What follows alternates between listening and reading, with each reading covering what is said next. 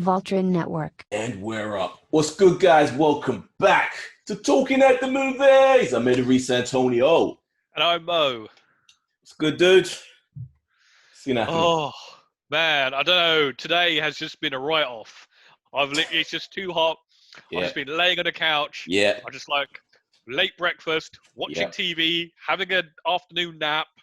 You've done more than me. That's all I've done is sleep, sleep, sleep. If you ain't got nothing to do and you have no reason to get up, you have nowhere to go out, then why get out of bed? Stay in bed. Yeah, that's called depression, I think, if you don't get out No, of it's bed. called. It's called being in the comfort zone and staying there as long as possible. It's like being in the Matrix. I'm plugged into the Matrix. Why get out? Sleep is being in the Yeah, Matrix. but you probably don't know you're in the Matrix, though, right? I do want to wake up and I'm like, no, I want to go back. I'm like that guy that unplugged himself and was just pissed and betrayed everybody. Remember him? Yeah, but like I can kind of see his point, right? Because if you unplug yourself from the Matrix and you see what's out there, wouldn't Exactly. you like? I'd rather stay in the Matrix. Exactly. That's what happens when I wake up in the morning. It's like, no, put me back. Wake up from your dream where you were like slaughtering, like when you were Genghis Khan and slaughtering people. I have those. I have many of those. Oh, dude. So, how are we going to do this today? Are we going to talk about what we've been watching and add Umbrella Academy into that, or are we going to have it? Let's have it at the end of what we've been watching. Yeah. So in fact, I've actually watched quite a bit this week, looking at my list. Oh, so you should start then. And I've been watching a couple of things where I think we probably need to have a very, very cool, deep conversation, because when you were over last week, I showed you one of the things that had just come through the post, and it was Bruce Lee's greatest hits. So which you have zero memory of any of those films. I have zero memory of watching any Bruce Lee movies. I know I have watched them, but I am talking when even I was Enter the Dragon, something young. Everybody over the age of 25 knows back to front.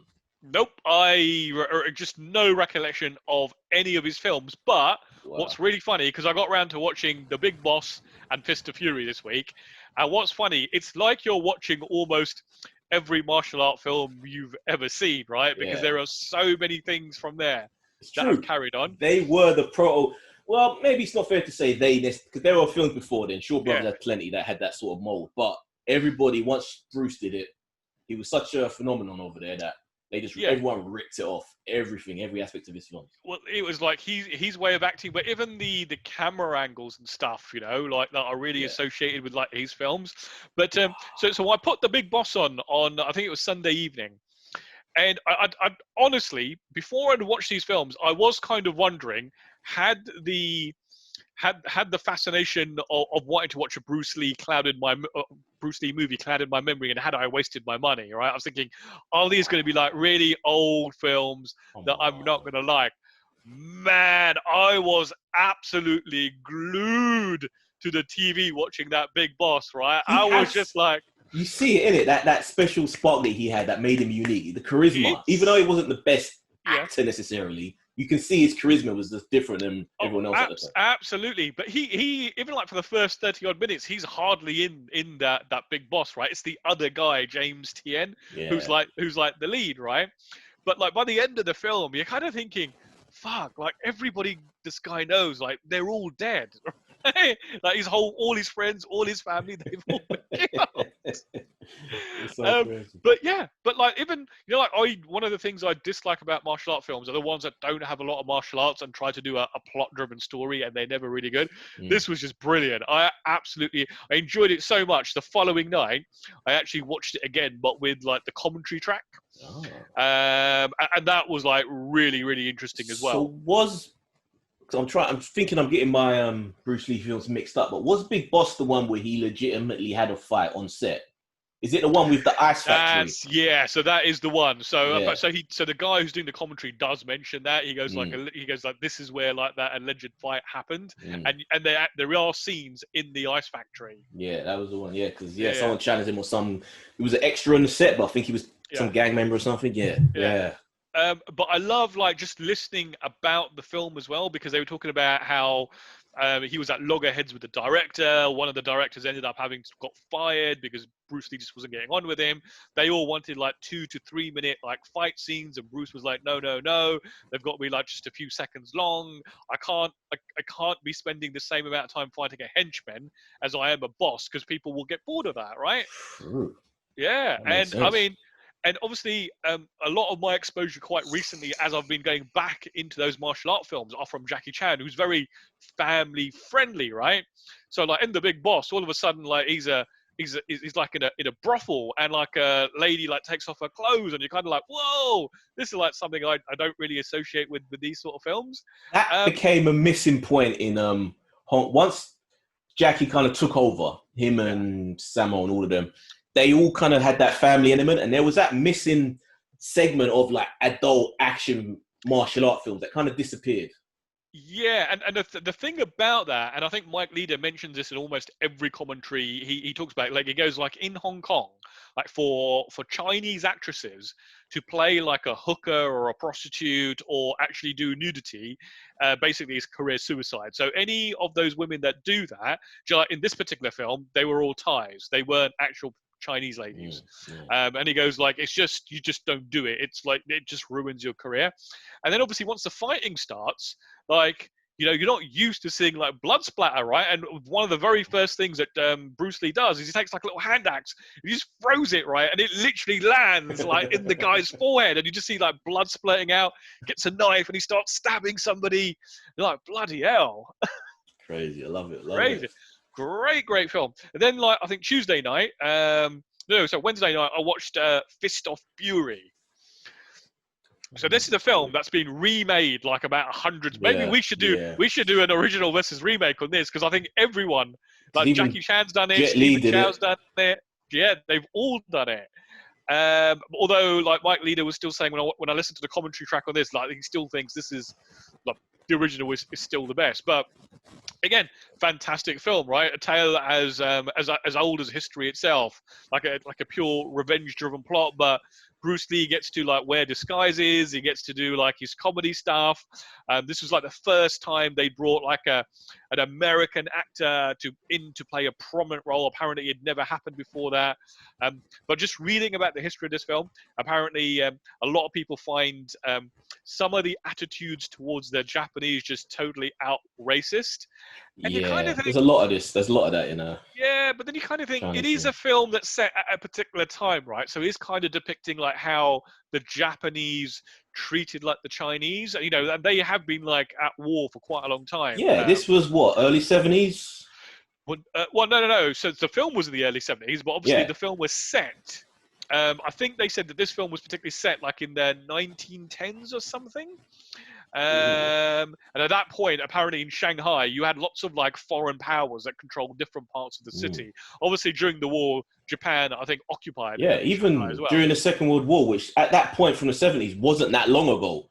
It was still very fresh in Chinese memories when the Japanese were over there. Oh, yeah. Fucking them up. So, yeah, you don't be surprised if there's anti-Japanese sentiment. But there's stuff like, you know, when Bruce Lee wants to go in the park and you've got like a Sikh Indian dude who stops him and he points at a sign saying no dogs and no Chinese. And then you see a lady like walk in with her dog.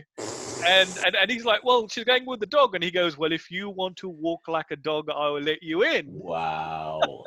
So crazy. Very timely. These things never go away. We never evolve as human beings, people. Yeah, but some great fight stuff in this as well. That final fight in the Japanese garden at the back, just beautifully setting. The one with Jackie Chan's cameo. Yes, Jackie Chan does it. Very that's the one. And as I was listening to the commentary track, they go, "That's the stunt that earned Jackie Chan his reputation." They go, "That's the one that made him." I don't get how he did. When you watch it, it defies physics because it looks like he literally flies through the air. It doesn't seem like physically he could fall that far. Like I don't know how he. Wire work, right? Well, apparently no. But Jackie says he just took a run up because he went through the wall, and I don't know, man. Maybe he lied. Maybe there was a wire, but he doesn't claim there was. But just absolutely superb. And watching some of the documentaries that are included on the discs that go with it, Absolutely superb. I can't wait to watch like the remaining 3 films. So what have you got left? You've got Enter the Dragon, obviously. There's Way of the Dragon, Enter the Way of the Dragon. Yeah, I always forget about that and one. Game of Death. I'm trying to remember what Way of the Dragon was. So I think Way of the Dragon. I think is set like in Italy or something. Oh, is that the one with a restaurant? And it's got what's his face? Chuck Norris in it. Oh, Chuck Norris in it. Yeah, that's the legendary fight. Legendary. Oh, Mo. Can't wait for you to watch those. Just great stuff. I mean, Don't watch Game of Death. Don't watch Game of Death. No, watch it. It's a curiosity, right? I was at one point just thinking, I'll just watch like them all back to back, like one every night. But I thought, no, got to just like savor it a little bit, right? Not just like do all the good stuff in one go. True. Yeah, but I think because obviously there's a lot of supplemental stuff on those discs as well, so that makes it, as you watch the film, then go and watch some of the supplementary stuff. Like one of the lead actresses, like she was just talking about how she got the role. Like she had no acting experience. I think it's Maria Yee, so she plays like the love interest in both films. And she goes, she literally saw an ad in a paper, so she got like a picture that she had that she liked, wrote her name and address on the back, and sent it in. And like within a few weeks, she got a reply. And she goes, at that point, things happened really quickly. And she was just talking about how much she absolutely loved Raymond Chow and his wife, who were really nice to her. She goes, she used to go to like their house every night. They had this really like well-known fight expert, like a grandmaster, who used to like teach her how to fight, like in their back garden. Bloody hell. It's like the So dream. she seemed to absolutely love that. It's a dream. You just send in a picture in your address, and then boom, life changed. Yeah, that's it. You're an actress. See, if you're good looking, life's so easy for you, man. These bastards. It's not fair. They're hideous folk. Yeah. So away from the kung fu stuff, what do you rate them? Oh, I think they're both 4s. Both absolutely 4s. Just rock solid. I have no fear that the other films were at least going to be watchable. Good. I picked up a couple of films on the cheap, actually. So HMV were having a bit of a clear out. So I decided to give Pineapple Express another spin. Because I remember watching it years ago and not really enjoying it. And I watched it again, and I think I somewhat enjoyed it, but I don't know. It's like, maybe it's one of those films you have to watch with other people. Because there's some really funny stuff in it.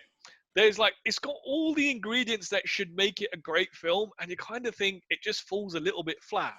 I don't know, because you just reminded me of something that I watched, which I would have completely forgotten, that everybody hates, but I always enjoy it when I watch it. I'll get to it when it's my turn, but it's been a while since I've watched it, to be honest, but I do remember always kind of liking it. Yeah, I mean, there is a lot of funny stuff in it. I think Seth Rogen's character is just a little bit too goofy. Like he literally spends the whole movie like stoned, and I mean, I don't really mind that, because obviously I watch I love the Harold and Kumar films. Yeah. But they make getting stoned just part of the story, not like it's not the whole kind of thing. Yeah. James Franco though is excellent in this. Like he just is like, his acting is just superb. The thing is, I don't think they were acting. I think they literally were. They're all well-known stoners. I think they literally were bait the whole time. Yeah. It's got Rosie Perez in it, who just looks ultra cute as a little cop, right, in the little cop outfit, because she's so tiny. Yeah. And it's got Gary Cole, who seems to have just disappeared from like modern films and stuff. Yeah. And he was at one point like the ultimate bad guy. And it's got what's his face from Community, the Korean dude. The Chang is in it, and it's also got Danny McBride. Yeah, Danny McBride pops up in it. Yeah. So it's got all of those. So maybe it's just one of those ones that will just grow on me over time. Yeah, it probably is something you want to watch with a group though. Yeah. While drinking gin, that might help as well, loosen the inhibitions. Absolutely, yeah. I don't know why, but I had a real hankering the other night to start watching some of the original, old school Star Trek TV show episodes. Oh, wow. So I put on the very first one, not the pilot, the very first episode of the first series, The Man Trap. And dude, man, I tell you what, it's that remaster they did like back in the 2000s, Clean. the show just looks absolutely mint. It just looks so beautiful. It's crazy to think this is you're seeing it in better quality than people who saw it in its original run on TV. Oh, exactly. Yeah. Hey. It's and you know what? The show still stands up, right? I was kind of worried that it was going to be like really hokey and cheesy, and it probably is. Yeah, it is. Come But on. like they are just great stories that they tell, right? And you can kind of tell, like there is like when Star Trek had its like second big run back in the 90s, late 80s. There was part of the fandom who essentially just didn't want to watch like the Next Gen or Deep Space Nine or any of that, I remember because the original was just their show, and you can kind of see like why, because it just had a style and a statement that's all of its own. It's whatever you grew up with, whatever's in those informative years Yeah. that you first connect with. That's what sticks with you. So that generation, originals was going to be their one, and whoever was in the sort of young, early teens, maybe early 20s, when the new generation came in, that was going to be their show. And then as it keeps going, it's always going to be the way. Yeah. But you know, that this was the stuff that I used to watch as a young child in the 80s, and you know, it still holds up. So you'll probably hear a lot about that over the coming months. Yeah, so inevitably Lower Decks, for whoever's like a 10-year-old now, that's going to be their Star Trek.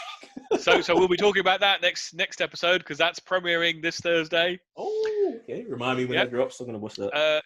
More Community. I have just been watching Community, and It's Always Sunny in Philadelphia, just like alternating and just doing like both. I could see in season 6 actually of Philadelphia. It's Always Sunny in Philly. The quality did dip, but now I'm on season 7. And it does seem to like pick back up. And I think I just watched the other night 2 episodes. The Frank marries a hooker, or is going to marry the hooker. One with that man voice. Yeah, baby. That voice is like, how the hell did she manage that? He just does some really, really nasty shit, Frank. I think I watched the other. It was a Christmas episode. In fact, It's Always Sunny in Philadelphia Christmas special, which I actually didn't think was a great episode, but it had some very, very funny moments. The bit where Mac realizes the way he's been celebrating Christmas isn't the way everyone else does. Like, he used to go to other people's houses, steals all their toys. Then Charlie finds out his mum was getting gangbanged there. Like, all the Santas would visit. that realization on his face, man, when it clicks. Oh, boy. And then Frank in the sofa, right? And he like bursts out of the sofa fully naked. Like, he has absolutely no quality. Like, he gets naked like at the drop of a hat in that show. Insane what that actor, what's his name? Shit. Danny DeVito. Yeah, Danny DeVito's willing to do for this relatively small show where it was, but he's just willing to just go, whatever they write, it almost feels like they're challenging him each time to just do the more and more He's got shit. no limits, right? So you know how he got on the show? Because apparently they found, after they did the first season, they found out he was a fan of the show. So they approached him about writing an episode for him to be in it, and somehow it went from that to him just being in the show. Yeah. And I remember when I was watching it, at first I didn't like it. Yeah. Like, I like Danny DeVito and everything, but I don't know, I enjoyed that dynamic of that group. Yeah. So I was worried that him coming in was going to kind of F with it. And it did take a minute for Danny to get, when you go back and watch those early ones, you kind of see he's not in the rhythm yet of the humor. But once he gets into it, boom. Absolutely.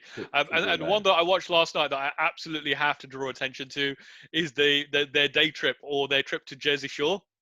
Which is just brilliant. Under the pier. Absolutely brilliant. Under the pier, in the boat. Charlie having the most amazing time with the waitress, right? I know. And it all just, I love the waitress. She's amazing. She's funny. She's lovely. She is. Rum ham. And then, do you want to try rum ham? Are you curious to know what? After that, I really was like, I wonder what that tastes like.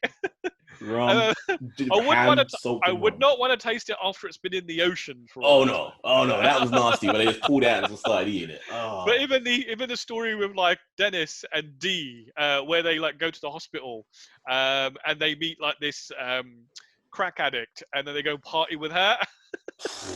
And it just turns into the robbery, and it's just like, guys, if you don't watch Always Sunny in Philadelphia, what are you doing with your life? Just brilliant, It's the best show. It's the best show. I love it.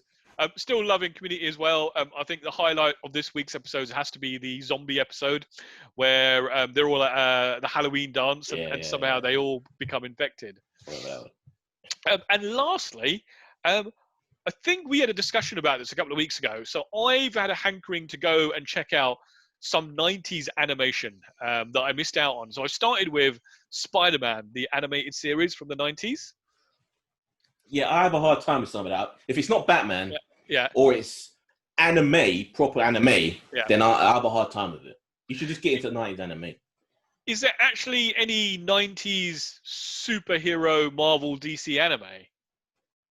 No, I'm not talking about DC stuff. I'm just talking about just general animation. Just general anime.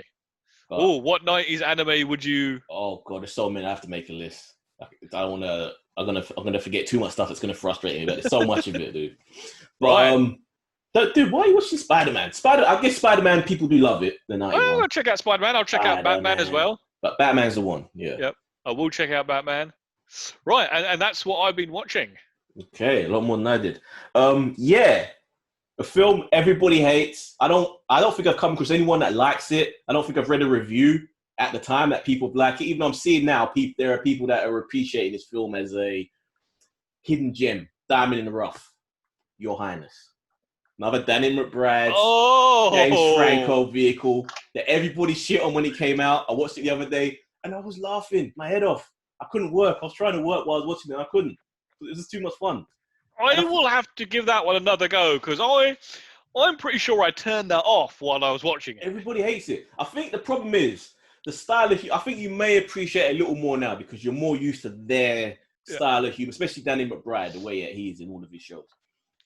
So just get into this and know that it's not supposed to be serious. It's supposed to kind of be bad in a certain degree with their accents and everything.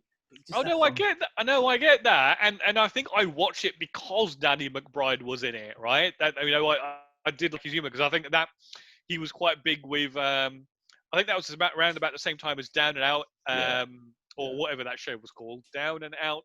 Down and Out? No, Eastbound and Down. Eastbound and Down. I might need to give it another watch. Maybe I just wasn't in the mood. But yeah, I do distinctly remember not finishing that film. It's just too funny. It's too funny. They're trying to stop the girl from New Girl. What's it? Zoe Deschanel. They're trying to stop the fucking in. That's what they call it. This event of where this evil wizard has to fuck her, and then he turn into a dragon and everything. I love it. Natalie Portman in a movie which she should not be anywhere near, but she's in it having fun. Like, come on, guys. It's just too funny.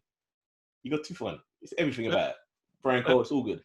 And that kind of came off the back of me I'm still stuck in my history headspace of the documentaries that have put me into that. So that's kind of why I was into that. I wanted to watch a comedy, but one that was still in that zone. I was going to say that would have not. There's no history in that film whatsoever. I don't mean accurate, true life history, but just anything that's set in an old world. And then off the back of that, I started watching Xena. Remember I was saying that I was kind of into the headspace. I thought, Xena. I want to revisit Xena, man. And I've been doing that, just tearing through that. Still fun show. Does it stand up? Is it easy to watch still? It is easy to watch. It takes I think halfway through season 1, it really starts to get going. A lot of those old shows do, right? Yeah. I mean, if you gave up in like the first couple of episodes of those shows, you would never get to see the magic of how good they could be. That's it. You need to get into those familiar characters. The Amazons need to pop up and all the various side characters. And it's like, even when Hercules popped up, I was like, And I always thought I'd kind of sick of Hercules. But even seeing him was like, oh, yes, Hercules and Aeolus. I miss those two. I used to really enjoy those shows. So, yeah. Back to Xena, love it. No, they were going to do a reboot. I think we even spoke about it on this podcast at one point. Oh, are they? They were or they are? They were. And then they kind of NBC put the axe to it. It's a shame. I got the pilot episode. It's not bad. I was reading the script for the pilot. Not too bad. I'm kind of surprised because there's still, I guess, a chance it might come back, right? Because all of these companies now are probably going to be looking for IP that people are aware of, and I don't think Xena would actually be right for a reboot, really, because it can give you that female audience that sometimes some of these services can struggle to bring in, and men will probably just come in because it's like it's a female action Xena hero was a type unique show in that it had almost as many women as men watching it, especially gay women as well, because of the whole are they aren't they love affair between Gabrielle and Zena and all that. And there's nothing like it out there right now. So yeah, bring it back. I love that shit. What else was I watching? Damn, yeah, a lot of old films. 300, Rise of 300, Frigate. I watched a Bollywood movie the other day. Bajrao Mastani. Love that film. One of the best looking films I've ever seen. Mo, don't sleep on that. I was going to say, why? What, dude? Again, it's history. I love it. But we got to get into our main review of the main big show of the week. You ready? Get into it?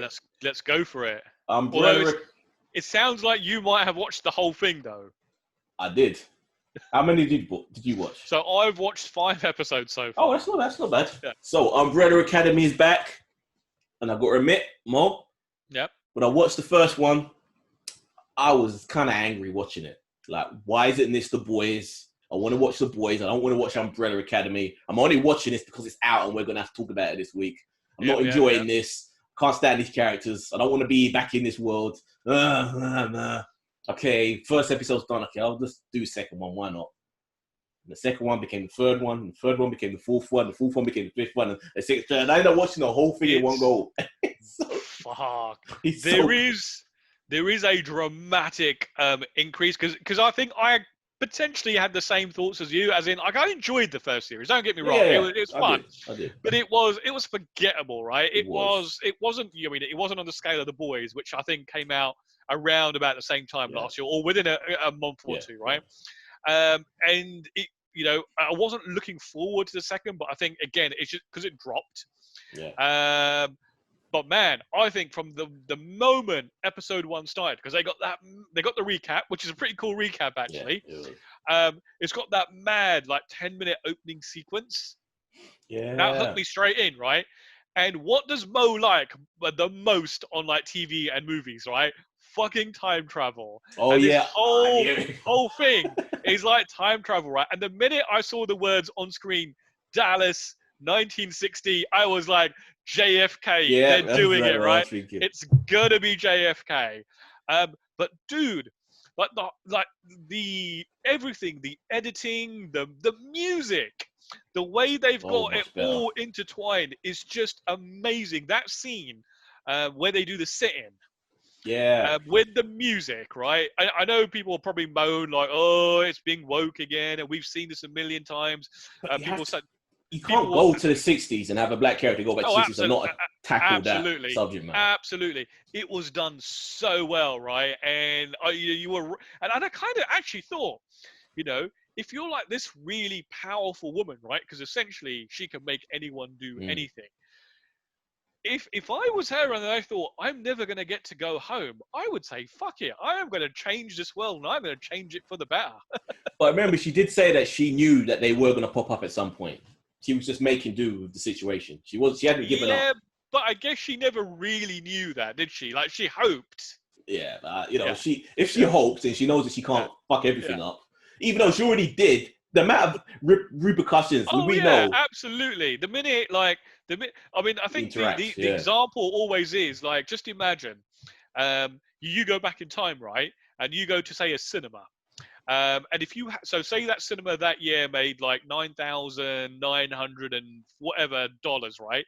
You go to that cinema, you buy that one ticket, and it clocks it over to $10,000 worth of profit. Yeah. And the owner might be going, "I won't sell this cinema," right? Keeps the cinema, and then one day that cinema burns down, right?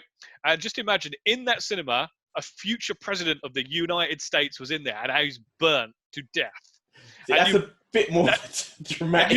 You've now altered the future, and the only thing you've done is you've gone to see a movie. It's a bit more of a dramatic butterfly effect. I would say that anyone you talk to, even just stopping someone in the street to ask them the time or even the date, that could change because they may stumble back, 2 minutes back in on their journey where they could have gotten hit by a car or they could have called someone to swerve and anything. Or it causes them to get hit by a car, or it causes them not to meet their spouse when they get married. Exactly. They were going to have a kid who could have gone on to be someone important. Yeah, it's any little thing. But there's the other side of that coin in that maybe you were meant to interact with these people because maybe you always did this. in the other. Oh yeah, there is that. So Yeah, this needed to happen in order to, the head fuckeries of time travel, man. It's just anywhere you can go with it. Yeah, But this there season is so much better. So there much is better. some really good stuff in here, even down to things like Diego, and he's like his rage for wanting to kill like Lee Harvey Oswald, right? Or where he goes like, once we're done here, let's go back in time so I can slice Hitler's throat with a butter knife. That's the funny thing about this season, you know, because even characters like him, who I did not like first season, like some of them, they were fine, but him and the guy who talks to ghosts, like they were just annoying in the first season because they're just so selfish and inconsiderate to people around them. But this time around, they were just all way better characters. Yeah, it is a written. much tighter, far more enjoyable. Like I'm like not even forcing myself, because I think by that last season, I'm pretty sure it was over several weeks it took me to watch the whole thing. Yeah, I think I stopped like 3 times. Yeah, and I literally had to say, right, there's one more. There's only 3 more episodes. Let's do this. I could quite happily watch another 2-3 episodes this evening, and thoroughly enjoy it, because they do seem to be telling a complete story here. Yeah, and it's not going to give away the ending, but it's a very satisfying end. It builds to a nice, big, satisfying crescendo. Yeah. And there's a lot of fuckeries going to happen. I won't get too much into it, but there's going to be a lot of fuckeries. And even sets things up for an interesting other season 3. Third season. Cool. Very good show. Yeah. What do you think of the Asian girl? The weird sort of British-born Asian girl who's in America. I don't know how that happened in the 60s, but... I will say, absolutely love her.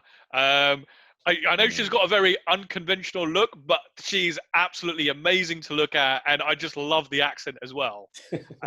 And I think it's just the craziness of her character, where she actually ignored. Well, we all know it's a Potter, but you know, at the beginning, before you know it, she actually acknowledges the fact that she's crazy and stuff. Yeah, I can't speak too much from this, but you got to watch more, so we can talk about it properly next week. Cool. I will be done by the time we're back next week. But I do like her character. In fact, all the characters. I can't think of anyone I actually dislike. No, everyone's better. Everyone is so much better this time around. Maybe even well,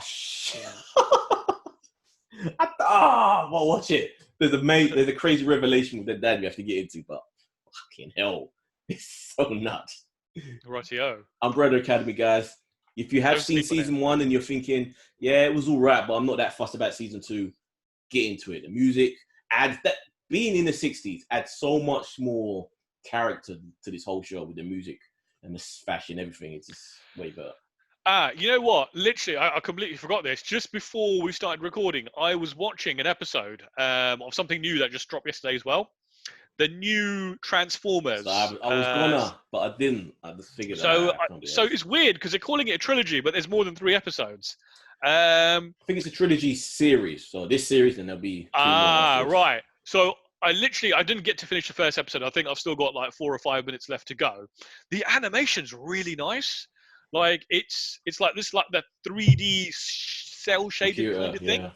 Yeah, it looks really, really nice. And it's all in HDR. So if you've got HDR TV, it's like the colors are beautiful. It doesn't seem like it's exclusively made for kids, because the story is quite dark, and it's kind of like it was enough to hold my attention for like the first episode.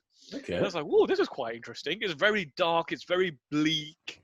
And you kind of think, I can't imagine that kids are like the primary audience here. Okay, I'll give this a go. I was thinking maybe give it a go. I was thinking maybe if I got up early enough, which I didn't, I'd maybe give the first episode a go. But if you're saying it's a little more mature than you expect it to be, then I might jump into this. Yeah, actually, give it a go. Something I was starting to watch before we got into this Zoom call. Peninsula. Oh, what's that? Busan. Last Train to Busan. Oh, Last Train to Busan. Oh. Yeah. There's a little, I'm not even gonna... Is that out now? Nope. There is not. But there's a raggedy copy laying around, and I thought, let me just give this a little look to see where this goes. In the 10 minutes I watched, there was one really good dramatic moment. Yeah. Which makes me feel, okay, this could go in a good direction. But there's also some very bad stuff in that first 10 minutes. where I'm like, oh dear, if this is a common theme, this could be a problem. The thing is, the people who made this, they're looking way more outward in terms of, because this was a global success, not just in Korea, but around the world. They want to bring in a lot more people. So there's a lot of English speaking elements in this. Like they cut to like a talk show, American talk show, where they're talking about this zombie outbreak in Korea and all of that. Yeah. And you know what happens? Every time we see it in like the Jackie Chan films and any film of a certain nation where they have English speakers, but because they don't necessarily understand English fluently, they can't tell whether the actor's good. So the acting is usually terrible. And that's what's happening in this. Whenever there's English people talking, it's horrible and it's like amateur hour. So it's like watching one of those like Jackie Chan movies that shot in like Australia. Yeah, that's exactly like it. Because yes, you got the dramatic Korean stuff and you think, oh, this is good. And it cuts to like the American stuff and you think, oh no. And there's a lot of it that takes place in Hong Kong. Yeah. With gangsters there and they're speaking in English because, you know, different languages. Then you're thinking, oh no, this sounds horrible. And then there's a lot more of a crime element. That's, I think, the basis of this is that everyone's being evacuated. It's all isolated to Korea. So this zombie thing hasn't spread around the world. It's just in Korea. It's isolated. But you've got criminals now who want to break into Korea because they know that, because the world's still going on, there's money sitting there and there's all these other things that they can steal within that people aren't going to be watching for them to steal. So it's about these people going in and trying to steal these things with money, basically money trucks. This sounds very much like Zack Snyder's like zombie. It's like what we always talked about. This looks like an action film opposed to the more dramatic horror of what Train to Busan is. But it could go either way so far in the 10 minutes I've watched. There's some good and there's some really bad. So keep you posted. Right, should we get into the trailers? Let's do it. Did you watch the trailers? I did. Both of them. There's only 2 of them. 3 of them. You added the 3rd one? There's only 2 when I checked it. I didn't add any today. So there's Teenage Bounty Hunters. Yeah, I saw that. Saw that one. I don't know what to make of that. The trailer makes it look as though, you know what, if they don't do their usual spiel, this looks like it could be kind of interesting. It's almost like it's got the same vibe as that. What's that show where the chick was fat, then she had to have her jaw wired, and then she became really thin? You know what I'm talking about. The one where she goes into beauty pageants.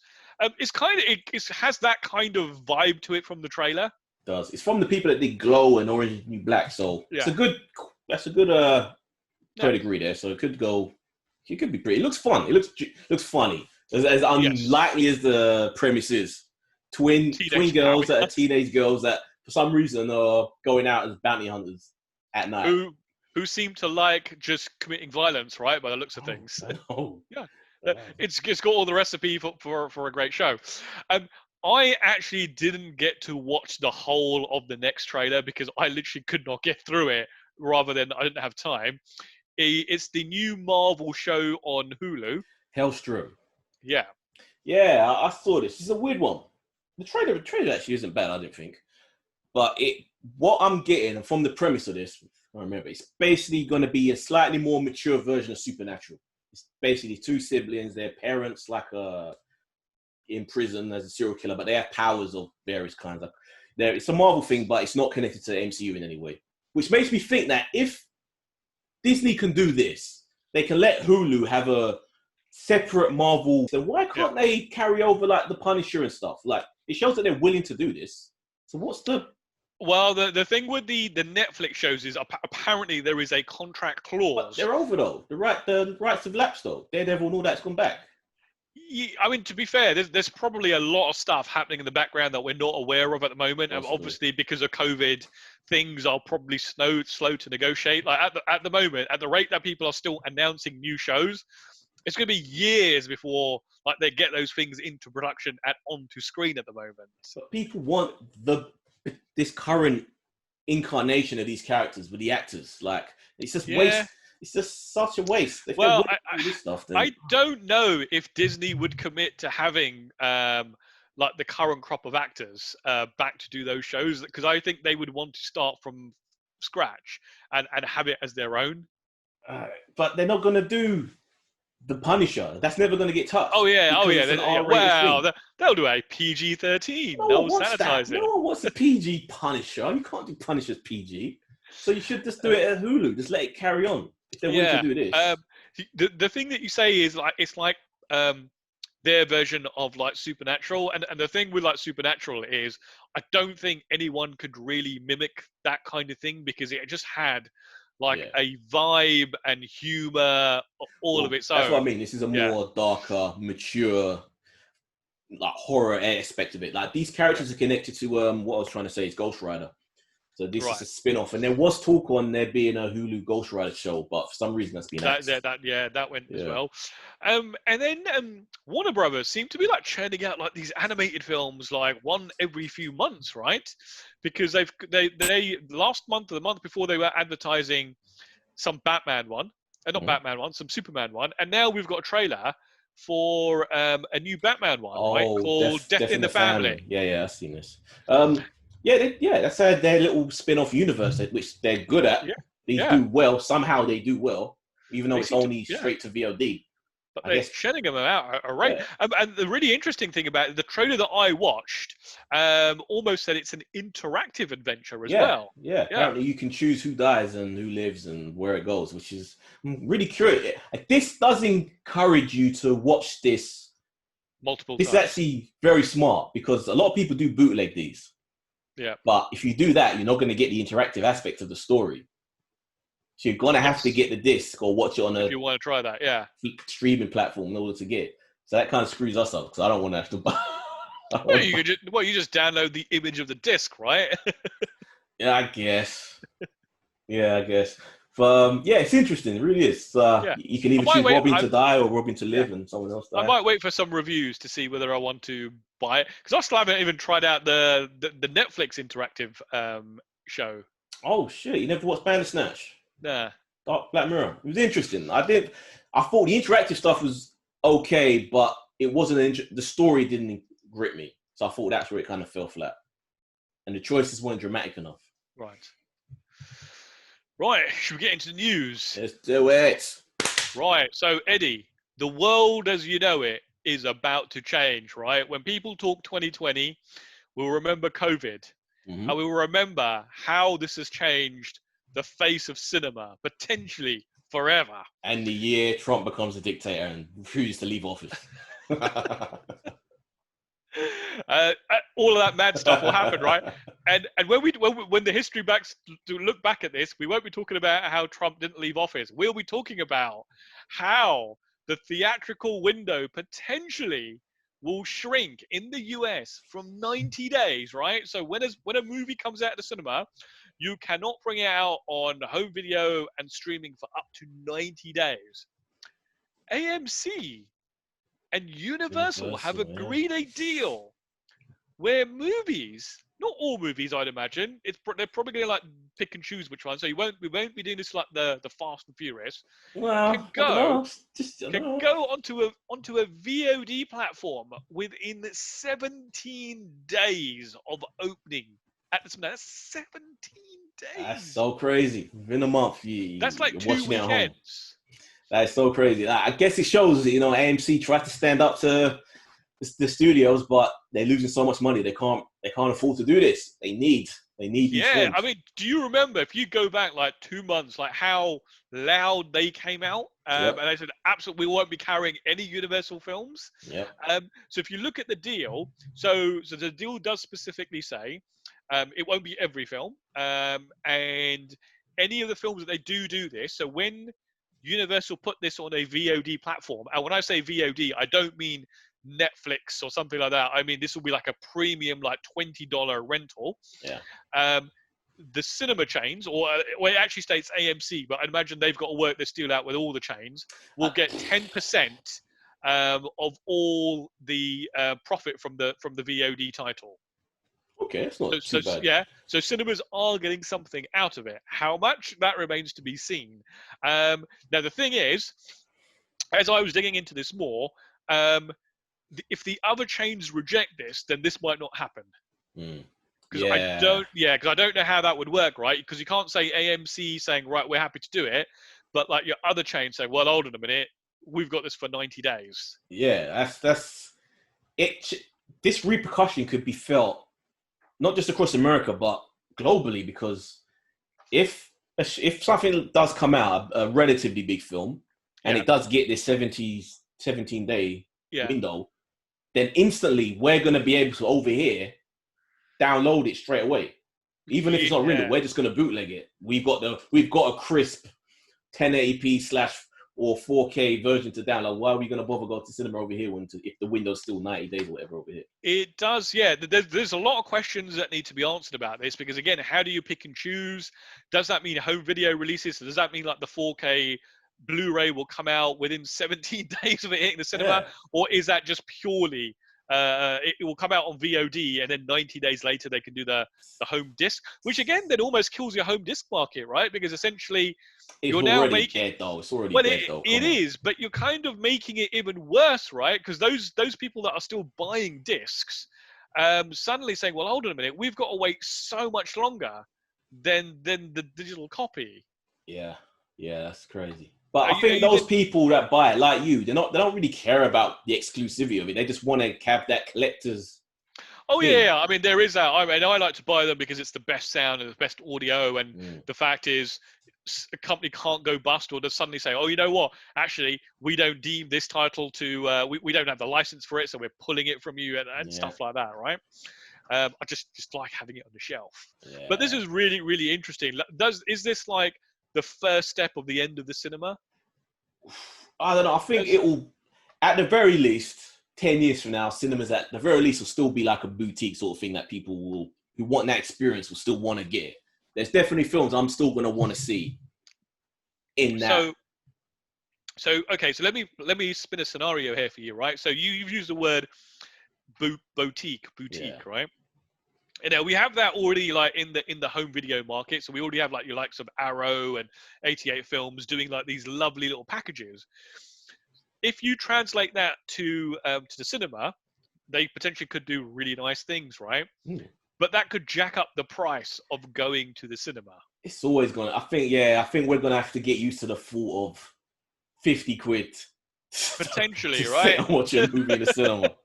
Yeah, but I guess that's a potential. Yeah. You can imagine Silent will go, I'm never going to the cinema again. Yeah. If I can't have an unlimited card, I'm not going. That's the thing. It could have. That's what I'm saying. Like if it becomes so easy to download outside of America, then a lot of the cinema chains over here may have to change their deals with the studios to do the same thing, because they're losing out. Apparently, across the industry, there's absolute outrage and outcry about this, because you're essentially talking about a model that's been almost the exact same. I think the number of days has changed over the years, because I remember when we were kids, it could be months, right? Even a year before a movie was available at home. So the number of days has changed. But that model has been there for a long, long time. And all of a sudden, technology has just come in and it's been chipping away. And this is the first time a major studio, Universal, they're a big studio, who are essentially changing the status quo. Do you think there's a possibility, and do you think we're going to hear about this, and we're going to be talking about this in the next coming weeks, that all of the other cinema chains are going to be talking to each other and saying, we need to get together on this, stand up to this, because we can't be doing this? So little conglomerate that's going to appear with all of these cinemas chains. Not only that, but the studios themselves, right? So you've got all the others now. You've got Paramount, Disney, Warner Brothers, and Sony, right? What do? They stick to the 90 days, or they say, well, hold on a minute, we want that as well. Yeah, but surely, there's more money in them leaving it in cinemas for longer for them. There absolutely is, right? So I without seeing like the projections that their finance departments have done to like say, this is kind of what we could have, this is kind of what we can now have. More money if there are cinemas for people to go to, if they're open. Well, there's that's that the as well, issue. right? That's the whole point of this whole thing, is that cinemas haven't been open.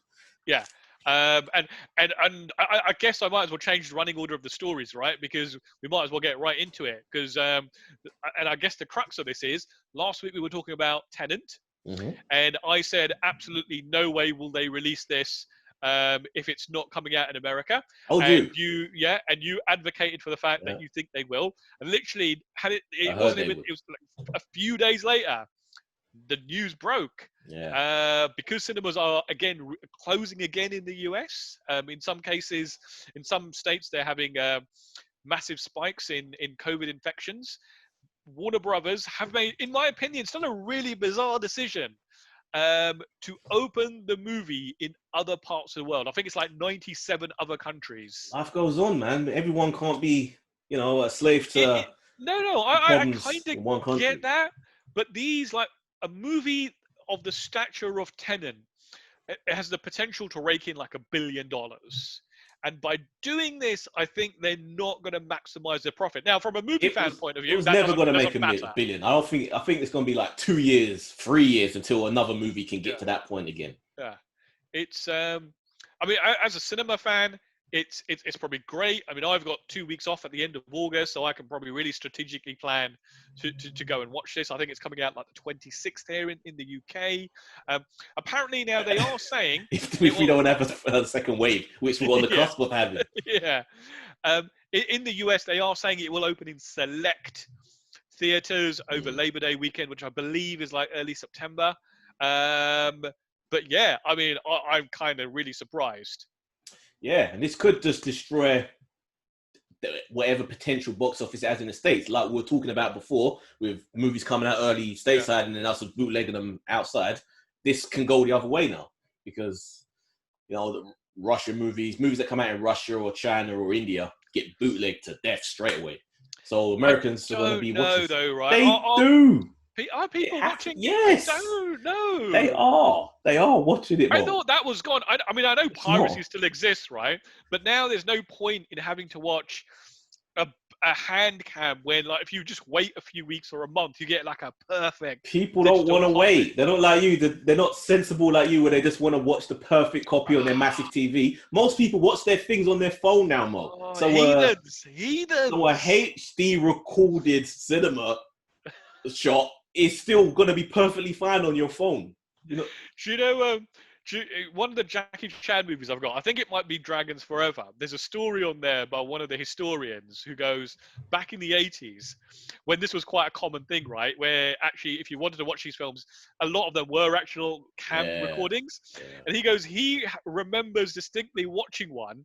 Not only was it a camcorder recording, but a guy off camera was sitting there and doing real-time dubbing. Wow, wow. That's a lot of work. You have to respect that. That's a lot of work. Damn. Oh. That's So, I amazing. mean, we live in some really, really interesting times at the Yeah. moment. Like, the whole studio cinema system is getting shaken up. I would never have thought we would get a movie like the stature of Tenet opening globally. I mean, this essentially could change the way movies are marketed and distributed, right? Because Mm. I think I read somewhere of like a huge film, only something like a third of its box office profits actually come from the US, which is a massive change from if you'd looked about 25 odd years ago. But the rest is Mm. always all foreign. And you can Yeah. see that, right? Because there was a time when we were like teenagers, our market would get treated as a second-rate market. Yeah. Yeah, Yeah. and that's drastically changed. And although I think the fact that they don't have to actually make prints anymore and ship them around the world has probably Mm. helped that. Now it's just a digital thing that you download and Yeah. it's now distributed. So that's probably changed how that happens. But yeah, it's interesting. Well, depending on how well Tenet does in August, Yep. this could happen with Wonder Woman, could happen with Black Widow, whatever other big movies that are Oof. down the road for the rest of this year. Like everyone's gonna be I watching Tenet how it yeah. performs real close. I'm not entirely sure. Well, I guess I was going to say I'm not entirely sure Disney would, but I guess Disney are in a different. They're in a different state to all the other studios, right? Because essentially, the only money they've got coming in at the moment is Disney Plus. Like their hotels are closed, their parks are closed. Some of them are open. There were. I think the Florida one's Yeah. probably gone back shut again because it's really bad over there. Well, even if the ones that are open, right, they're having to do all this like social distancing. The cost of opening and running the park is probably not being recouped by the amount of people they can let in at any one time, because those parks run on jamming as many people in and making them wait in like 4-hour long queues to ride a 1 minute long ride and charging ridiculous amounts for food and drink in those places. Yeah, absolutely. So like I said, if your capacity is reduced to like 25%, a third, you're probably not even breaking even. Yeah, and there were rumors that New Mutants was going to be a Disney Plus release that they just decided, fuck it, in September. If Tenet does right, outside of the US, they may be like, okay, we can actually get a little bit more money for this thing. Let's just put it out on Disney Plus. Didn't they say at Comic-Con it's got a August 28th release date, even in the US? I didn't watch it, maybe. You didn't watch any of the Comic-Con stuff? Dude, I tried to watch him, but for some reason, even the Scott Pilgrim one, I don't know. Yeah. It doesn't bode well for the fact that we're doing this on Zoom, but watching the whole thing of like 8, 12 people on Zoom just chat, it's like, apparently, social media engagement for Comic-Con at home was down 95%. There you go. People just don't want to watch that shit. And I don't know if that's got... So if I actually think about that rationally, that does make sense, right? Because if you're at the event, you're going to be constantly tweeting. You're going to be tweeting pictures. You're going to be tweeting like cosplay, costumes, all that kind of stuff. And if none of that's happening, that kind of makes sense that it is dramatically down. But even I would watch the panels, though, when they were physically there. For some reason, I did watch some of them, but yeah, I mean, even the Star Trek one was just bizarre because at one point they started doing a table read for an episode that already I could go on Netflix and watch the proper thing. I was like, what the point of the table read? A lot of people, that's what the Scott Pilgrim one was. It was just a table read of what was in the film. It's like, why don't you do a table read for something which we haven't seen? Something different. Yeah. I was going to say, yeah, exactly. I mean, I could go watch the film with like the special effects and the acting and people in the same room. And one last thing then, I guess, about cinemas. Obviously, I think it was yesterday here in the UK, our Prime Minister, Boris Johnson, announced a whole new raft of like measures, and we were supposed to ease some of the lockdown stuff, and they're being very cautious. But one of the things they are asking now is that you have to wear a mask if you go to a cinema. Yeah, that's not surprising. That doesn't surprise me. I expected that anyway, to be honest. I think it was I think it was up and down. At some point, they were expecting to do it. Then the cinemas came out and said no, because I think obviously a lot of their revenue is done by buying food at their concession stands, and if you're wearing a mask, that makes it a little bit more problematical. I'm curious about how they're going to be enforced. I know they do have how they're going to enforce this. The thing is, they do have night cameras in cinemas to watch the audience to make sure they're not bootlegging, filming stuff, and having sex in the backseat and doing whatever the hell. But for the most part, I don't think they pay that much attention to those cameras. So once the lights go off, it's unenforceable really, because I think even the supermarkets they aren't really going to be heavy-handed with people. Dude, I've not been in one supermarket that's made it mandatory to wear a mask. And it's not about I think both of us, we're of the mind, if this is what we're being asked to do, this is what we do. But there are just people who don't want to do that, and if you try and challenge them, it just escalates.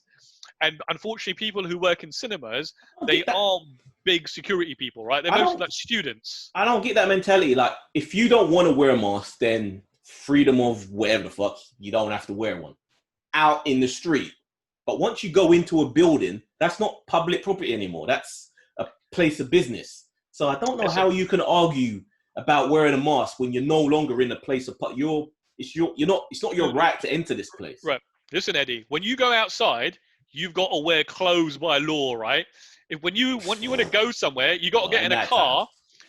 When you want to get in a car and drive somewhere, right? You've got to have a license to drive that car. You've got to have paid road tax and insurance. If you're going to a restaurant, right, you're basically going to a restaurant that's probably regulated by like the government, that it meets a certain level of hygiene and standard. It's a place of business, It's like your entire day is spent observing all of these things that are potentially seen as taking away your freedom, right? But fuck. Could you imagine if they tried to implement a seatbelt law now, if it wasn't mandatory up to this point, and now they decided to make it mandatory? People would just be like, fuck you. It'd be like, this is the woke law. Exactly. It would just be so ridiculous. What's happening to the human race, man? We're just de-evolving. It's crazy. But they would, so I think the seatbelt law would be a bit different, right? Because I think what would happen, especially not here, but in America, is if you had a car crash, right, you probably have a lawyer who would argue it's the car manufacturer's fault for not putting in some form of safety that protects you from a car crash. Yeah. So much. Right. So let's get back to talking about actual TV and movies. So Netflix this week has greenlit a spin-off series of The Witcher. A prequel, yeah. A prequel. A limited series. So I think maybe one series is what they're aiming for. So as well as getting the follow-up series, which obviously I don't think they've started shooting yet. Yep. But yeah, we're getting another because it was so well received, so successful, and they have all this material for it because of the books and the games. Why not? But then I guess this means that Henry Cavill isn't going to be in it. Right. So essentially, this is called The Witcher: Blood Origin, and the series will take place 1,200 years before Geralt of Rivia, and explores a period when the worlds of monsters, men, and elves merged into one, and the first Witcher came to be. Interesting. Very interesting. I'm always a bit iffy when you talk about hundreds of thousands of years, but visually, everything looks exactly the same. Yeah. Because Lord of the Rings has this as well. They kind of have all these different, and Star Wars to a degree has this as well. Thousands of years, a whole different other thing. But like the Old Republic, if they ever do a Star Wars Old Republic, it won't look any different from the current Star Wars. It's because they're so far into the future, Eddie. It's with things like Lord of the Rings and The Witcher, I can buy, right? Because essentially they're a technology-less race, right? They're still kind of living in that like medieval period type time zone. But hundreds of thousands of years, a lot changes in that time. The weapons, buildings. 1,200 years, I don't know. Did much change between like 200 AD? Years, but how didn't you say hundreds of thousands of years? No, it's 1,200 years. Oh, okay, that's not 1,200 years. Okay, so it won't change that much then. So it's different from like 200 AD to like you're right. To like 1300 AD or whatever. Yeah, I'm into this. It depending on who the lead character is and the lead actor, because it all hinges on that. If they don't get anyone good, then it. And I think Henry Cavill really did have a lot to do with the success of The Witcher. Yes, but I say the little lady love was for me equally as compelling. But it could be cool. Could be very cool. Yeah. So our next story, right? This I only came across this today, and I was just like, what? So apparently, it's been announced that Kevin Smith, one of my favorites, has signed on into developing a new Green Hornet animated series. He hasn't even got the He-Man one up and running yet, so come on. Just wait and see if he can do a good job with He-Man first. So I don't know where this is happening. It doesn't mention Netflix here at all. And apparently he did do a stint on the Green Hornet comic book. So back in the 90s, he actually did a lot of like comic book work. I wouldn't be surprised if it happens on Warner Brothers, like a HBO Max thing, because I think it's a Warner Brother DC property. I think. It's a DC one. So apparently it will be set in contemporary times, and the Green Hornet and Kato will be treated as like equals. So they'll both be main characters rather than like the Green Hornet and like Kato just being a manservant side character. Manservant. Let's be honest. He was a manservant. Yeah. You are absolutely right, because we haven't seen anything of like He-Man yet, apart from the fake out. I don't know if you saw Kevin Smith's panel or talk. So he basically goes, I'm going to show you a sneak preview, right? And he holds up a painting, and it's like Skeletor draped over like a couch with a little blanket just over his bottom, but he's like proper all naked on there. And it was drawn by like one of the head honchos or something that's working on the show. But if that's like a depiction of the art style should look really nice. Yeah. But yeah, it's interesting. Obviously, Seth Rogen did the Green Hornet movie last decade, which wasn't great. Yeah, it wasn't great. There is it deserved to have it would have worked better as a TV show. with the way that they did the humor and everything, I think it would have been a way more well-received show than a movie. I kind of dig this. I do love Smith. I guess a lot of this will rest on what He-Man turns out to be like. But yeah, man, that dude is running a podcast empire. Now he's got his hands in like 2 different animation things. His podcast. In fact, I forgot to put it as a trailer, but I saw another movie that seems to be made under his podcast banner. What, the whole that looked yeah, I mean it's Smodcast thing. Yeah, it stars Jason Mewes as well, and it looked really cheaply made, hence why I didn't add it, because I thought it'll just be you slagging it off for a good 2 or 3 minutes. But like, yeah, it looks like he's even like going into the movie distribution business. He's kind of always done that though, isn't it, with his movies? He kind of does it himself. He tours them around. Yeah, but then, like, he's not in this film at all, so it's like it's literally like the producing it himself. Yeah, exactly. Yeah. Yeah, I don't know how he finds the time to do this, man. Especially even after the heart attack and everything, he just hasn't slowed down at all. And the fact that he's always smashed, and he records like 10 podcasts a week, and on all of them, he always goes, because I've just smoked so much, I'm completely baked. So and then he spends a lot of his time just rewatching like Marvel films. It's crazy. It's crazy. And we forgetting the man is married. He has to somehow maintain that relationship. Yeah. Which should have fallen apart a long time ago with all the time he spent doing other shit. It actually sounds like he's got a great relationship with his daughter, because he mentions her a lot on air. They're also doing, it's on YouTube, you can see the episodes. He's actually, on TBS, they're doing this show. So everybody like is competing to do like these short show episodes. So he's done one of him and his family at home, and essentially people have to vote which ones they want to keep seeing, so they keep making more episodes of. It's like a reality. I saw one video. I don't know if it was this. It probably was something else. But I saw him, his wife, his daughter, and her boyfriend. And someone else. Yes, yeah. And that's they were like, the one. Yeah, and they were making out, and I think, geez, that's they really have a good relationship if they're willing to just sit in front of their daughter making out of her boyfriend. Because oh, mate, have you ever jumping over that table? Get off of my baby! How do you? You've never heard, like, I have listened to a lot of his podcasts. That first podcast that he did, like when he only had one. Yeah. Man, he used to bring his wife on there. I remember that. Talk about their sex life. He used to tell like stories, even when his wife was not there, about like stuff he does with his wife and all that kind of stuff. That's different. That's your wife. I'm talking about his daughter. You don't want to talk about your daughter's sex life and watch them make out. And I think the guy was actually quarantined with them for a while. So they probably must have heard them fucking in the Jesus Christ. Come on. You know, that's the healthy attitude to have, right? Because it is. Some people, it's sex is just a natural thing. You reach a certain age. It is. I think when it's your baby, especially your daughter, with a son, actually ignoring it and pretending like your daughter like doesn't do these kind of things, it's probably more unhealthy. It's true. It is a healthy way to look at it, but it's just the way we're wired, man. Especially as men, it's like, our son, go for it, man. You can cheer him from the other side of the room, go. But when it's your daughter, it's like, stay the fuck away. You put a chastity belt on her or something. Yeah, that might be more of an attitude. I think you've been watching way too much history stuff. You become more enlightened. And lastly, I've added this one here. We haven't spoken about the fact that HBO is doing a show based on the game The Last of Us.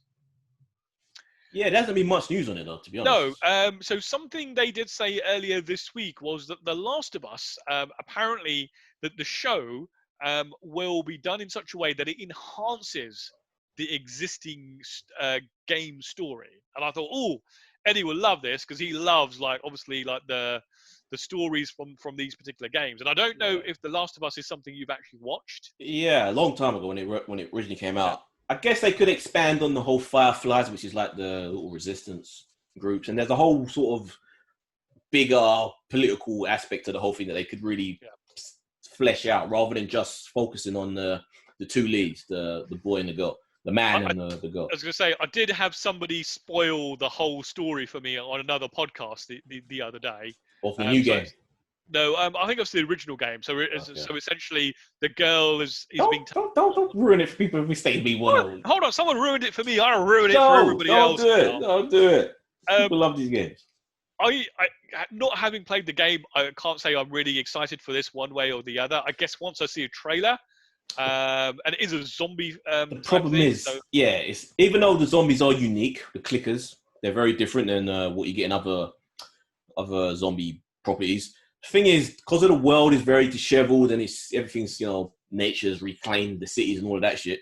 It is visually going to be kind of similar to what what Walking Dead is, and I'm imagining it's not going to be that visually different. So you could just have the fatigue of what the Walking Dead has, caused could damage this show. So I think people are getting fed up with this whole zombie movement.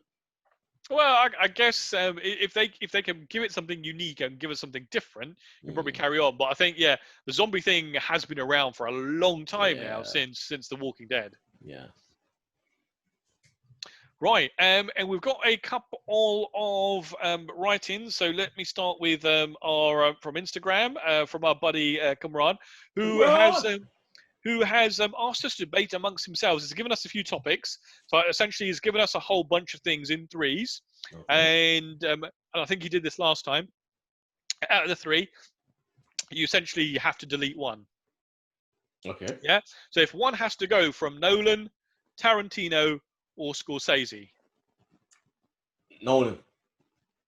I would probably agree with that, actually, because even though there are some very, very good films there, Tarantino gets a safeguard from me straight away. All the time. Oh, in fact, I completely forgot. I knew there was something I started my rewatch of all the Tarantino movies, and I watched Reservoir Dogs this week. I knew I was forgetting one. And this was a rewatch. You had seen this one before. This is a rewatch. Good, I haven't watched it, I think, since it originally came out in the 90s. Wow. Still holds up? It does and it doesn't. I think the first sort of half is terribly dated. Because they just spent the first 40 odd minutes just standing around shouting at each other. And it literally is. They are just shouting at each other. And it's like the last half where the proper story kind of kicks in, where they bring the policeman in and the mad shit starts happening. And then it kind of cutting off the ear and everything. Yeah, all that kind of stuff. Okay. So next one, Buffy, Hannibal, Breaking Bad. Oh, shit. Seeing as I've never seen Hannibal, I can kind of comfortably just say Hannibal. No, I can't get rid of Hannibal. Because it's so different than... but then, Breaking Bad, such a masterpiece. Buffy, I'm not going to get rid of that because it's too... Oh, come on, man. What are you doing to me? You're going to make me have to choose Hannibal. I think I'm going to have to choose Hannibal to go. And I love Hannibal dearly. Can't love it that much if you're cutting it. But the thing is, I'm thinking about if I'm on an island and I only have these 3 series... Yeah. I want shows that have the most diverse subject matter and vibe and feel. And Buffy's its own unique thing. Nothing else has that. Breaking Bad, it has the crime element, so it could kind of satisfy some of that stuff that's in Hannibal. But Hannibal is so much its own thing. But it's got sadly Hannibal. But damn, you come off making me have to choose Hannibal to go. Love it. He's actually given us another 4 of these, so I'll do one more, and we can save the other 3 for next time.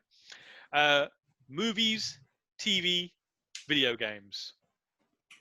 Oh, fucking shit. I'm gonna probably have to say video games. I would probably say that as well. As much as I like playing a good video game, I don't do that as often as I watch TV or movies. Yeah. Right, cool. I like will this. save. You got any more of these guys? I like this. Well, he's got another 3 here. We can do them now, or we'll save them for next episode. Number 3, we'll save them for the next one. Keep this up. Keep this going. Cool. We also had a short but sweet email come in, which I thought was quite an interesting one because this comes from a person called Jan, who I'm assuming is a female, because she says Jan. How many cats do you know called Jan? That's a terrible childhood if you were called Jan as a kid. Well, I could be Swedish or Norwegian, whereas probably Jan or something. Jan Holst. Yeah. But it does say Jan, with her boyfriend, loves listening to Talking at the Movies. Right? And Jan, or Jan, I guess, with the news that Jean-Claude Van Damme, which I don't think we actually discussed this, has a No. new deal with Netflix. Yeah. What other action heroes, past and present, would you like to see make a comeback? Just in general, or like on Netflix, or Just in general. we'll say Netflix. Let's say like a rejuvenation of a Netflix deal. We'll talk about the Jean-Claude one. We got it written down here. He's got an action comedy called The Last Mercenary with Netflix. Apparently, there's like a bigger deal, so you probably make other films depending on how well this does. But if I wanted someone else to, let's say, have a Netflix deal and kind of get a bit more attention than they deserve, Scott Akins. Who the hell is Scott Akins? Oh, you ain't seen the Yuri Bolka Undisputed movies? They are quintessential male testosterone-driven works of VOD art. The what films? Undisputed. The Undisputed films. Yes. Never heard of him. And the character's called Yuri Bolka. He was basically the first Undisputed movie, or let's say this. Let's skip the first one. Second Undisputed movie. It's about a boxer who goes to prison. Like I forget the name of the actor, the black guy. But he didn't do anything. He was set up, but he's in Europe, goes into this Eastern European prison. And in the prison, there's these sort of fight tournaments happening. So the villain is Yuri Bolka, played by Scott Akins, this British martial art actor. And the thing is, though, he was such a cool character. His martial art ability and just the character as a whole was so fun that they decided to bring that heel character back, the villain back, as the hero for the following film because people just loved him so much. And so now you've got this other series of movies after that where he has become the hero. So I don't think that's ever happened before where the villain of a movie has gone on to become the hero of the franchise. But he's so cool. But the actor, Scott Akins, he deserves a big hit under him. Give him that. Are you not forgetting of like that other franchise where Arnold Schwarzenegger was the bad guy in the first movie, and then he became the hero in the second film? Same, I guess semantics. You could say kind of. You could almost say they got it from that, right? Kind of could, I guess. I'll give it to you. I actually don't know, right? Because if you think about like all the action heroes from when we were kids, they're all still making films. But they may as well just be Netflix films, to be honest, because most of them are just garbage.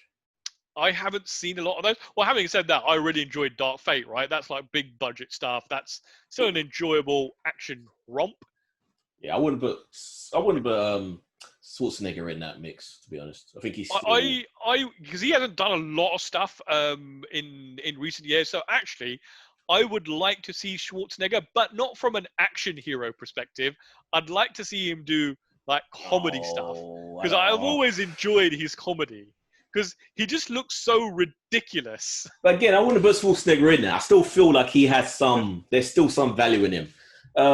Who was the Dolph Lundgren? I think he's another one. I think he's another one who deserves a focus, a Netflix deal, being a star of a movie, decent little budget. You know who they should do? You've just jogged my memory.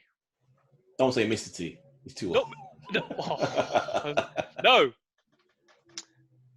The guy who played Flash Gordon. What? He's way past it now. No. Have you seen Ted? Yeah. Where they do the whole Flash Gordon thing. Yeah, 10 years ago, he was already old then, but no. That would be pretty cool because he literally had that one big movie. And you know what he does nowadays for a living? He's like a bodyguard to like famous people. Oh, shit. Okay. All right. Yeah, not bad. So he could do with like a rejuvenation in his acting career. Yeah. I'm going to go with Dolph because can you imagine he could be in a movie like an old guard, that sort of thing as the lead guy in like an ensemble. Like he could do probably like looks very old now as well. Have you seen literally the most recent photos of him? He's still jacked to the gills. I don't know what baby adrenaline he's injecting into himself. Steroids. Of course, he's swimming in it. But would you like to see Hulk Hogan become a Netflix action star? No, burn it with fire. No way. Would you not like to see like a reboot of like his TV series? What was it? Thunder something. Thunder some bullshit. No. But then Thunder again, in Paradise. But then again, maybe a reboot of one of his films, not with him in it, but maybe a Suburban Commando. Was it called? Yeah, Suburban Commando. Yeah. But with a new actor. That should have been a good film. Should have been. Sadly wasn't. Or what was the other one? No Holds Barred. Yes. Rip 'em. Love it. Oh. It's actually this top is actually quite depressing because you kind of just think of all the people that you used to enjoy watching as a teenager or even as a kid are all now at that point where they're in their like 60s and 70s. Yeah. Obviously, the ultimate action hero, I think before we started this, is Captain Kirk, William Shatner. He's not an action hero. You're the one that's always said Star Trek isn't about action. It's about Captain Kirk would basically shoot first and ask questions later. That's the kind of captain he is. Whereas Jean-Luc Picard would pour a cup of Earl Grey and have a discussion. That does not make you an action hero. That makes you an action executioner. He was like an action star. Agree to disagree on that one. No way. No Kirk. But yeah, okay. I'll go with that. Scott Akins and Dolph. Rightio. And I go with the dude who played Flash Gordon. I can't remember his name. See, he wasn't a good actor. That's why he never came back. When are we actually getting a Flash Gordon reboot? That is something that deserves to be revisited and redone. There are two things that absolutely deserve to have a reboot, right? And I was hoping somebody would write in and ask us this question, but no one is. So I'm just going to say it now. Flash Gordon, absolutely. Yeah. Prime for a reboot. They did that shitty sci-fi TV channel show back in the 2000s, which was just horrendously bad. But the other show that absolutely, I think, is ripe for remake is Buck Rogers. Oh, they could do a lot with that now, and like the current state of like CGI for like TV. Give that a Battlestar Galactica treatment. That could be something special. Absolutely. And one thing I would love to say about that original Buck Rogers. Do you remember Erin Gray? Mm. Right. So there's a podcast that I listen to called Trexperts, Inglorious Trexperts. Yeah. And they brought her on. She's got like a really tenuous link to Star Trek. She sat for an hour and talked about her life. She is absolutely just one of the most fascinating women just to listen to. She basically wanted to be a model when she was a teenager. So her mum's boyfriend or like her second husband, she goes like he's like till this day the nicest person he's ever met. He literally sat her down and said, this is back in the 70s as well, remember? He goes, do you want to be a model? He goes, what do you need to be a model? And apparently he started mapping out the whole thing like on a board. So he was like, right, we need to know agencies, we need to know photographers. So then the next day he drove her like into LA and they literally just started knocking on like photographers' doors. And then the day after, they just started knocking on like agencies. And she went to like the worst agency in town and they turned her down. And he goes, there's another agency across the road. And she goes, yeah, but they're the best agency like in town. They'll never want to see me. And he goes, what do you have to lose? Exactly. So she goes, she walked in there. And because she was quite young, she still was like, I think like 16 or something. They actually took her on because they go, a lot of the ladies who they had were over 18, so they couldn't pass for minors. Ladies. They got loads of work out of it. And just listening to her story was just it was just like one of those things like, this is what, if you are determined to do something, this woman's story would just inspire you. And lucked out. Times are different now because then how many fucking young models are they getting nowadays? Absolutely. But crazy. I think like it was just fascinating talking. Like she was on like Buck Rogers and she never really, like once that was all over, she was like, what am I going to do now? And I think when her acting career started drying up and she wasn't getting a lot of acting roles, she was apparently up for the role of like Catherine Janeway. People started going to her, you should go to like the conventions and like, because a lot of our other friends had done other science fiction shows. She goes, who would want to see me at a convention? So this was like when she was still in the prime of her, like, you know, of her life in the 80s, early 90s. And apparently she started going and, you know, she was like making loads of money from it. It's so mad how many actors literally have a career of just doing all they did when they could go to the conventions and just charging, $20 for their photos and their autographs. Absolutely. Crazy. It's crazy. That's one more thing that could be rebooted. I still think, Come on, brain. Wake up, brain. I know you've only woken up a few hours ago, but you can do this. Fuck. Back. Starship Troopers. I think that deserves... Don't they still do? Aren't they still making Starship Trooper They were cartoons making, or like... something? They were doing, like, the Japanese anime one that came out, like, a few years ago. But, no, I think it's pretty much... But I need a proper live action, because it was a good film. It was the first one's a really good film, but is it a big enough property that if you were to reboot, people would get excited Everybody about knows it. More people know about it than Buck Rogers of the current generation. Come on. But I'm not entirely sure I would get excited at the thought, because that original film is like made at the tail end of the 90s. It's a Paul Verhoeven movie. Yeah. It's a good film. Yeah. Yeah, but it needs more, or maybe even as a series with a good budget, like a HBO level. Do Flash Gordon, Buck Rogers. Flash Gordon, George Lucas wanted to do that. They wouldn't sell him the right, and he made Star Wars. So it kind of shows you how much you could probably do with that Flash Gordon property. Yeah. And they're just not doing anything with it. I know who owns it. Somebody absolutely owns it. It's probably belongs to one of the big studios by now. Yeah. That's so crazy that no one's even touched it. That people almost know Flash Gordon as much as they do Flash Gordon now. That porn remake. Jeez. Alright, so how else can they get in contact with us, Mo? Right, folks, if you want to email us, we are at tatmpodcast@gmail.com. If you want to tweet us, we are Talking Movies 3. And if you want to follow us on Instagram, we are Talking at the Movies. Oh, don't forget, guys, if you only listen to this and you want to see us, then go check out Voltron Network on YouTube, 2 separate words, and you can watch the video version of this, as well as DC vs. Marvel podcast and original versus remake, which will be making a return this week. So, guys, from me to Reese. Meet Mo. See you guys next week.